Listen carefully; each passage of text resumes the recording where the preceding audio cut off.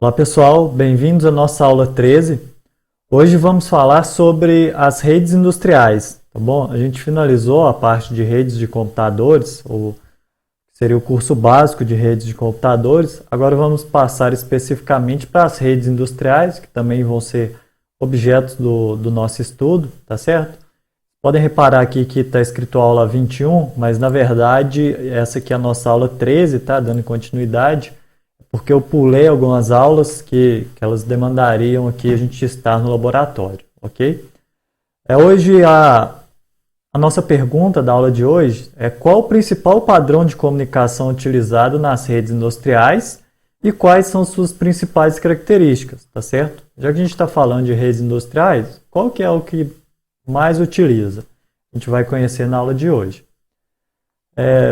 Para a gente entender, né, basicamente o conceito de redes industriais, vamos fazer uma pequena comparação de um sistema industrial. Aqui agora eu já estou inserido no ambiente de automação industrial, tá certo? Então, por isso, a gente está falando de redes industriais, ok? São as redes que a gente vai utilizar na parte de automação.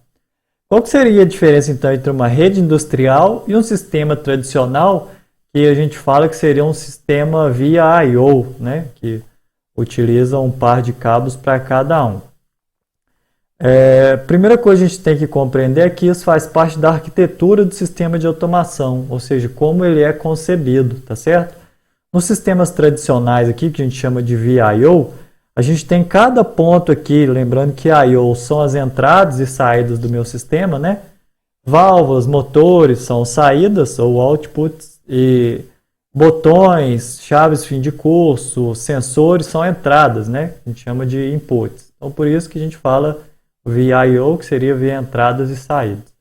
Então, cada um desses equipamentos que eu falei, sensores, válvulas, medidores, eles estão interligados aqui no nosso controlador via um par de cabos, né? Então, vai um par de cabos aqui para cada um deles, e a gente costuma chamar isso de sistema via I/O, ok? Já no sistema mais moderno, né, a eletrônica evoluiu, os sistemas de comunicação evoluíram, e eles permitiram, né, nesses sistemas modernos, fazer a automação que a gente já viu de sistemas distribuídos. A gente já falou o que seria um sistema distribuído na primeira aula, né? Seria um sistema no qual os equipamentos estão distribuídos no campo. Esses sistemas geralmente eles usam redes. A rede seria o quê? Um barramento industrial. Então, por meio de um único cabo aqui, ó, eu vou interligar todos os meus equipamentos, e esse cabo seria um cabo de rede, tá certo? A informação que vai passar aqui agora, ela é uma informação digital. Então, em um único cabo, eu vou mandar os bits ali, tá certo? Para que ocorra essa comunicação, ao invés de mandar um par de cabos para cada equipamento. Então, essa que é a diferença principal entre o sistema que utiliza rede, que é esse aqui, com o sistema tradicional VIO, no qual cada elemento aqui ele vai estar conectado no controlador por meio de um par de cabos, certo? Muito bem. Então, nesses sistemas industriais, esses ditos mais modernos, a gente tem um único cabo que interliga basicamente todo o sistema. Aqui tem um exemplo, ó, do meu sistema de supervisão para o meu controlador programável. Eu tenho um único cabo que tem um protocolo de comunicação aqui nesse cabo, né? O que seria o protocolo? A forma como vai ser feita a comunicação.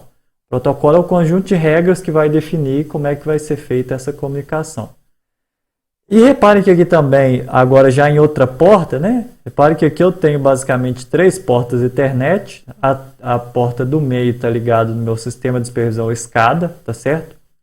E a última porta aqui, ela está ligada nos meus equipamentos de campo. Então, eu tenho inclusive 2 controladores aqui, ó, interligados por meio desse barramento ou dessa rede aqui, tá certo? E reparem que todos os outros equipamentos também estão na mesma rede, ok? As redes industriais, geralmente, elas diferem um pouco de uma rede de computadores comuns, por quê? Porque elas geralmente são redes determinísticas. O que é uma rede determinística? Para começar, vamos pegar os antônimos, né? Uma rede que seria não determinística, a gente chama ela de rede probabilística, tá? Então, agora a gente consegue partir desses dois tipos de rede, definir cada uma. Na rede determinística, que é o caso das redes de automação, você tem garantia que o pacote vai ser entregue, tá? Os pacotes de dados eles vão ser entregues. Então você tem que controlar a colisão, você tem que controlar a questão do roteamento, tá certo? Para ter essa garantia. Uma rede no qual você envia o pacote e tem garantia que esse pacote vai chegar, que não vão acontecer erros de comunicação ou perda de dados, né? Então essa rede ela é chamada de determinística. Uma rede probabilística é o caso da rede Ethernet, por exemplo, né? Uma rede Ethernet, quando você está usando, dependendo do protocolo que você estiver utilizando, né? No caso do UDP, por exemplo, ele não tem garantia de entrega. Ou mesmo no caso de colisão, se você está utilizando um hub, né?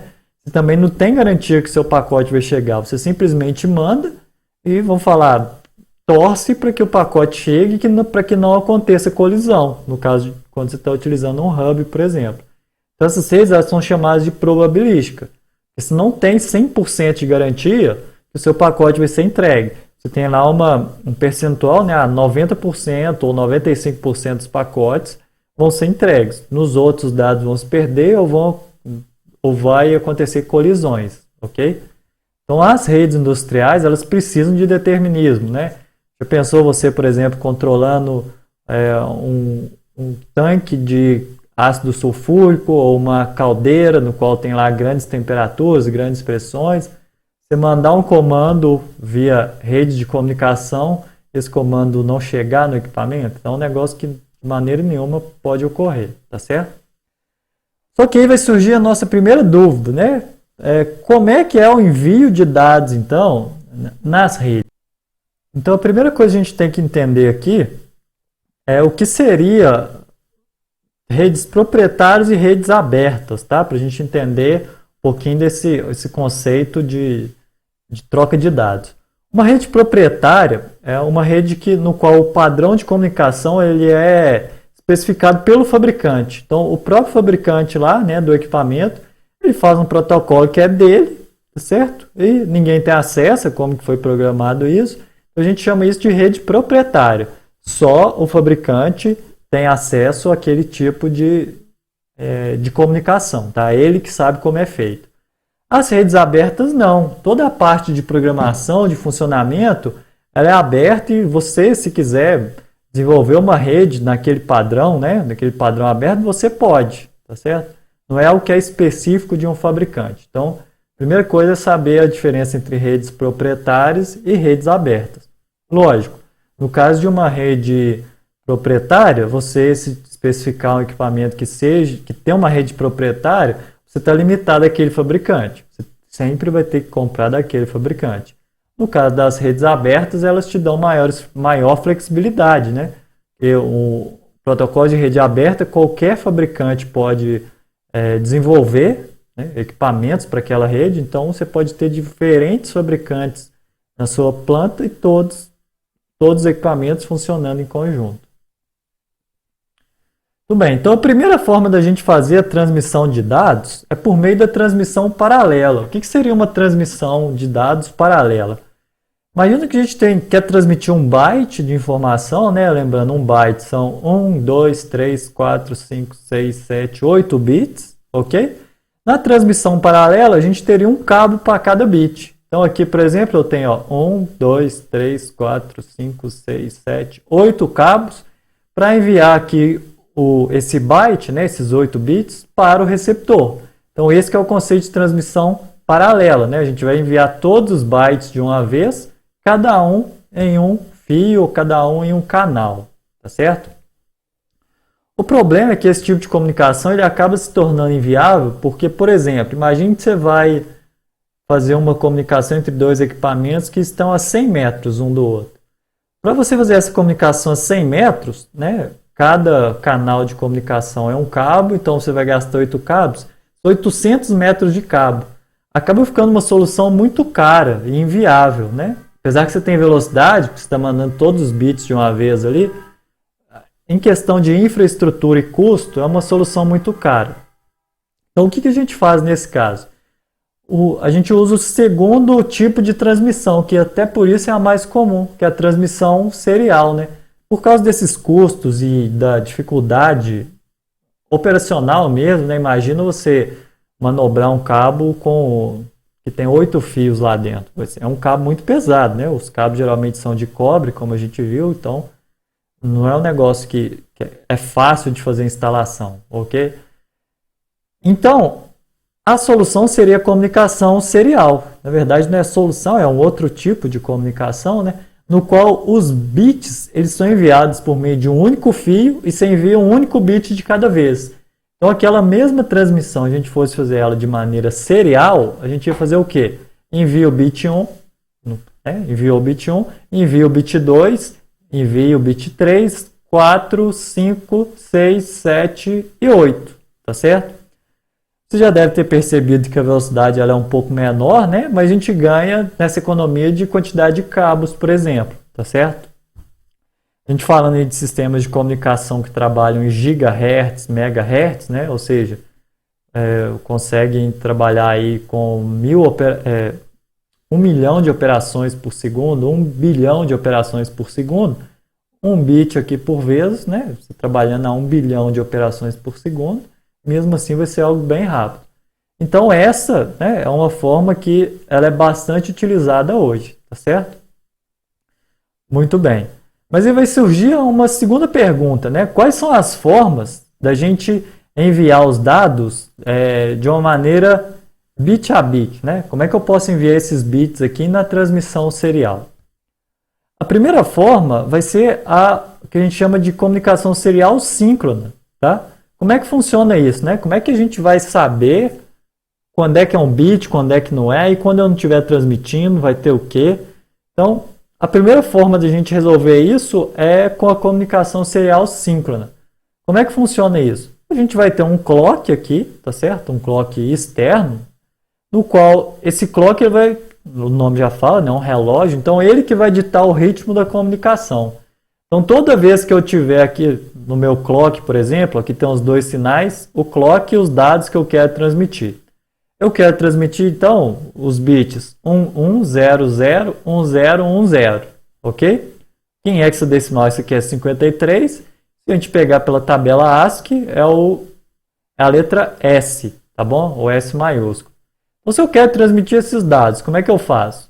De acordo com o meu clock, ó, sempre que eu tiver uma borda de subida, a gente vai ler o valor que está lá na linha de dados. Então, repare que eu tenho duas linhas. Ó. A verde aqui, que é a linha de dados, e a linha vermelha é um sinal que eu vou mandar só de clock, né, para sincronizar os dois equipamentos. Toda vez que tiver a borda de subida, eu leio os dados. Então, olha só, borda de subida, eu li o nível lógico 1. Borda de subida, nível lógico 1.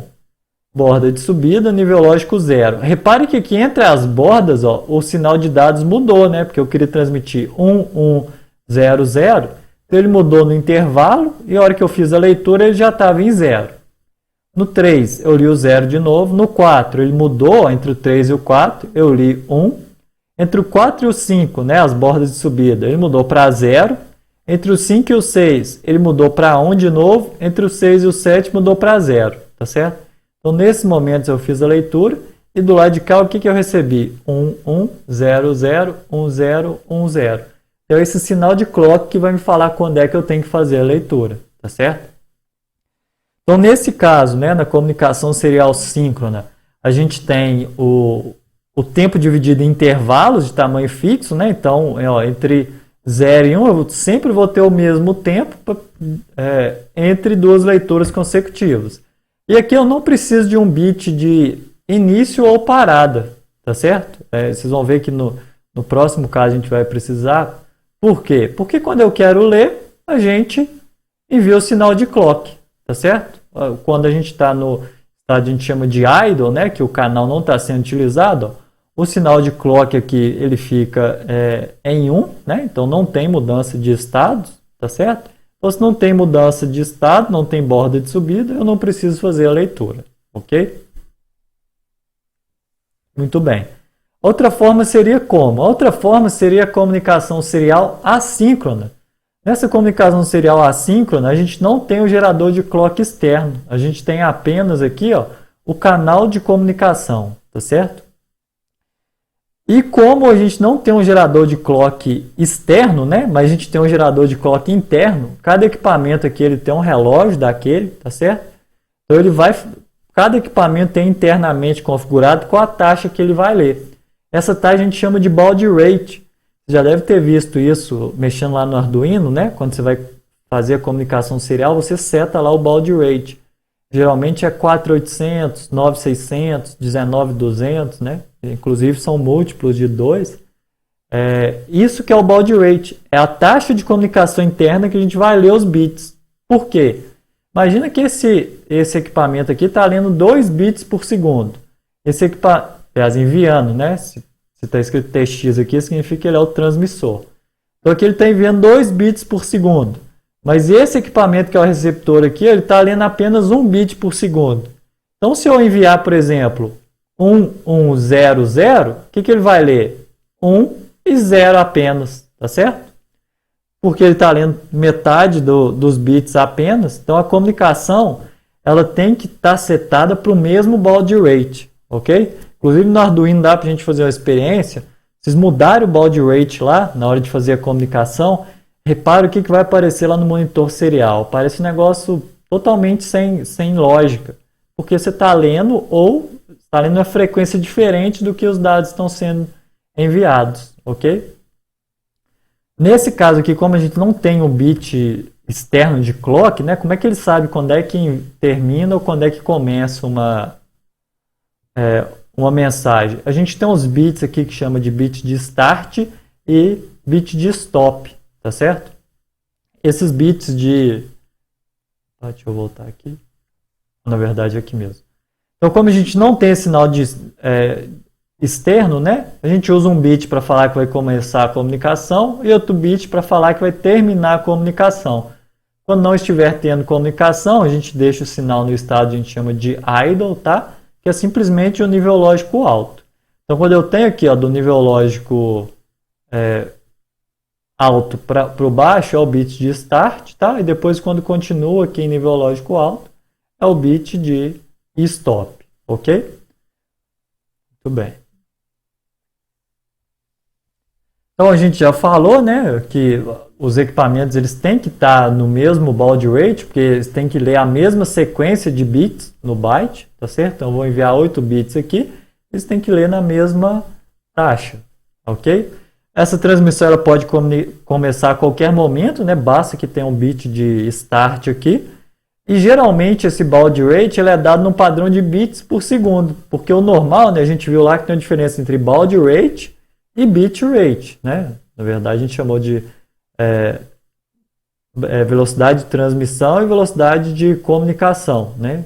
Seria a diferença de bit rate para bound. Aqui no caso, como a gente está mandando um único bit por vez, né? Então o baud rate é igual ao bit rate. Ele geralmente é dado para esses valores aqui, ó, 300 bps, 1200, 2400, 4800, 9600, 19200 e 38400 bits por segundo. Por isso que chama bps, tá certo? Essas são as taxas de comunicação que a gente utiliza.